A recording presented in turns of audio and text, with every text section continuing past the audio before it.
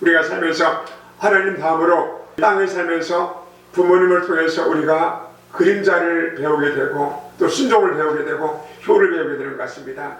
그래서 우리 5월 첫째 주 대다수 교회에서 어버이 줄로 지키고 있습니다. 왜 그렇게 할까요?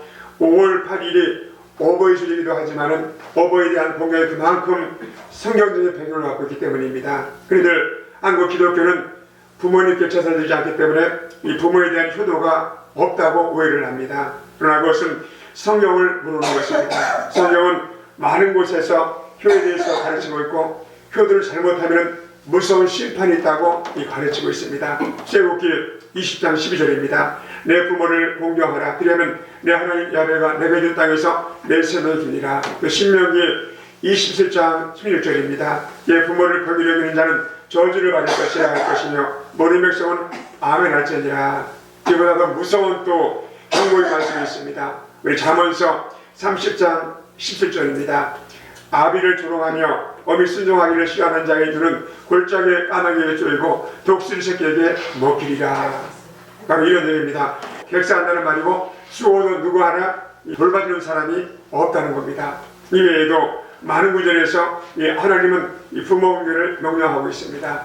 이 복을 약속하시면서까지 효를 명령하신 것은 이 효도가 어렵기도 하지만 그만큼 하나님이 중요하게 여긴다는 겁니다.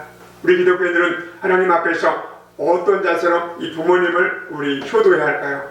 성경은 우리 인생의 모든 문제가 이 해답이 있습니다. 그렇기 때문에 우리 성경에서 답을 찾아야 합니다. 하나님은 진정한 효자, 효부에게 복 주시는 분이십니다. 그렇다면 어떤 사람이 성경에 가르치는 진정한 효자의 효부일까요? 오늘 말씀의 주인공은 바로 요셉입니다. 오늘 누가 성경의 효자의 효부일까요? 첫 번째로 부모를 부끄러워하지 않는 자가 효자, 효부입니다. 요셉의 아버지 야곱은 양을 치는 목자였습니다.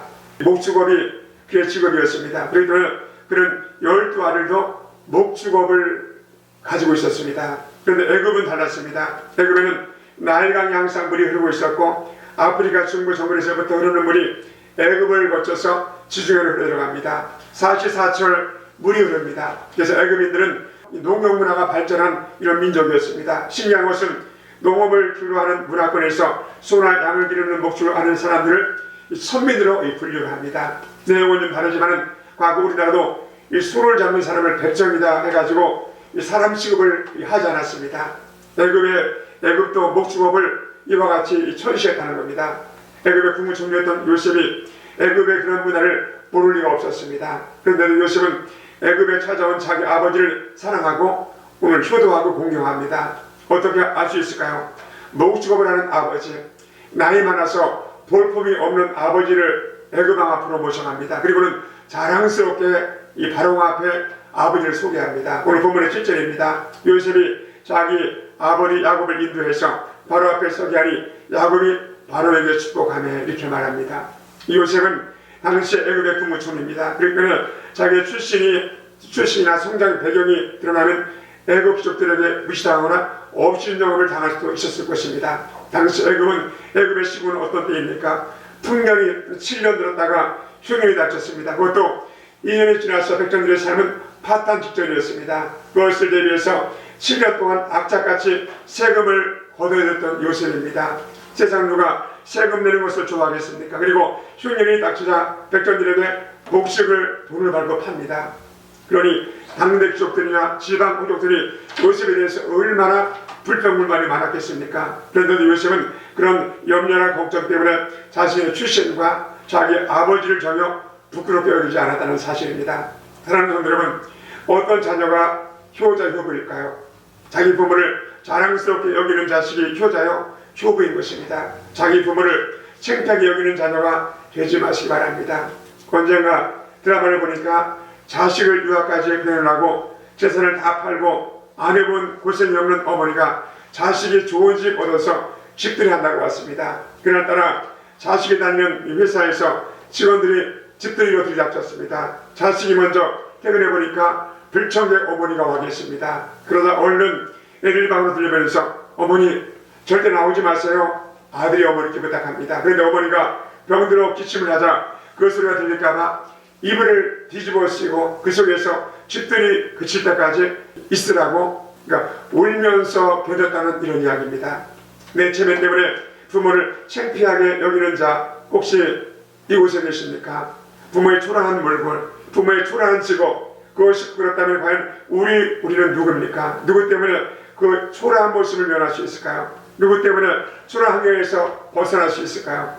지금까지의 삶이 누구의 은혜로 된 것일까요? 이 부모를 창피하게 여기는 자는 자신을 창피하게 여기는 자입니다. 더 나아가서 그 부모를 만나게 하신 하나님을 창피하게 여기는 겁니다. 그런 자식을 어찌 하나님이 복주시겠습니까? 성경에 하나님이 약속한 것이 있는데 부모를 공경하는 자를 향해서 하나님이 약속하신 것이기 때문입니다. 에베소서 6장 2절입니다. 내 아버지와 어머니를 공경하라. 이것이 약속 있는 첫 되느니 이는 내가 잘되고 땅에서 장수하리라. 내가 잘된다고 하시는 약속이 바로 효입니다. 여러분, 이 말씀을 지켜보면 부모를 공경하지 않으면 내가 하는 일마다 안되고 망하고 일찍 단명하리라, 이런 뜻입니다. 그러니까 여러분이 보기에 부모님이 좀 부족한 것이 많고 배운 것이 없고 볼품이 없어도 하나님이 맺어주신 바로 이 축복의 통로가 바로 부모님이십니다. 여러분을 위해서 피눈물을 흘리신 분들입니다. 그렇기 때문에 부끄러워하지 마시고 오히려 자랑스럽게 여기시기를 축복하고 축원합니다. 그것이 효도고 그것이 바로 이 공경일 것입니다. 두 번째로 형제와 화목하게 드리는 것이 효자 효보입니다. 요셉의 형들은 과거에 요셉에게 정말 못된 짓을 많이 했습니다. 아버지 심부름을 간 동생을 죽이려 하다가 애굽의 노예로 형들이 팔아버립니다. 요셉 입장에서 어떻게 그 고통을 잊을 수 있겠습니까? 어떻게 그 죄를 용서할 수 있겠습니까? 그것도 요셉이 애굽에 팔려간 지 13년, 풍년이 7년, 흉년 2년 되었으니까 동합 22년 동안 간첩까지 아버지를 속였던 형들입니다. 그러나 형들의 죄를 요셉은 용서합니다. 창세기 45장 5절입니다. 당신들이 나를 이곳에 팔았으므로 근심하지 마소서, 한탄하지 마소서. 하나님이 생명을 구원하시려고 나를 당신들 앞서 보내었나이다. 이 요셉은 그들의 죄를 용서합니다. 창세기 오늘 본문 11절입니다. 요셉이 바로의 명령대로 그의 아버지와 그의 형들에게 거주할 곳을 주되 애굽의 좋은 땅 람셋을 그들에게 줘 소유로 삼게 하고, 요셉이 형들에게 거주할 곳을 줍니다. 애굽의 좋은 땅을 소유로 삼게 합니다. 한마디로 요셉은 성숙한 사람입니다. 요셉이 이렇게 할 수 있었던 것은 살아계신 하나님의 섭리를 알았기 때문입니다. 그리고 아버지가 살아계셔서 보고 계시기 때문인 것입니다. 그러니 형들을 용서하고 품을 수가 있었던 것입니다. 성도 여러분, 이것이 바로 효도입니다. 형제간에 화목하는 것이 바로 효라는 것입니다. 여러분, 부모 입장에서 생각해보면 부모가 가장 고통스러운 것은 자식들이 서로 싸우며 원수 맺는 것입니다. 그래서 불효 중에 불효가 형제간에 이렇게 불화하고 반목하는 것입니다. 그러나 반대로 형제를 사랑하고 서로를 용서하고 위하는 것이 효도 중에 이 효도인 것입니다. 요셉은 과거를 근거로 얼마든지 형들을 심판할 수가 있었습니다. 또 그럴 만한 힘과 권세가 있었습니다. 그럼에도 불구하고 한 사람도 보복하지 않고 처벌하지 않습니다. 오늘 이 시간 여러분 어떻습니까? 혹시 형제간에 불편한 사람이 있습니까? 또 유산 문제로, 물질 문제로, 또 예의 문제로 서로 부부관계에 있지는 않습니까? 만약 그렇다면 그런 모습을 보고 계신 부모님의 심정을 헤아려 보시기 바랍니다. 설사 부모님이 이 세상에 계시지 않다 할지라도 우리 마찬가지입니다. 형제간의 불화는 엄청난 불의인 것입니다. 예수를 믿고 천국을 믿는 우리 기독교인들이 깊이 생각해 봐야 합니다. 형제는 세상에 올 때 어머니 태를 같이 사용하는 것입니다. 세상에서 그보다 가까운 사이가 여러분 어디 있겠습니까? 그래도 용서를 못합니다. 이 상대를 용서하지 않습니다. 어떻게 하나님이 그런 사람에게 복을 줄 수 있겠습니까? 부모 앞에서 최고의 효는 바로 형제의 사랑이고 형제 우애인 것입니다. 오늘 이 시간 주님 앞에서 모든 죄를 구하시고 형제 우애를 새롭게 결단하시기를 축복하고 축원합니다.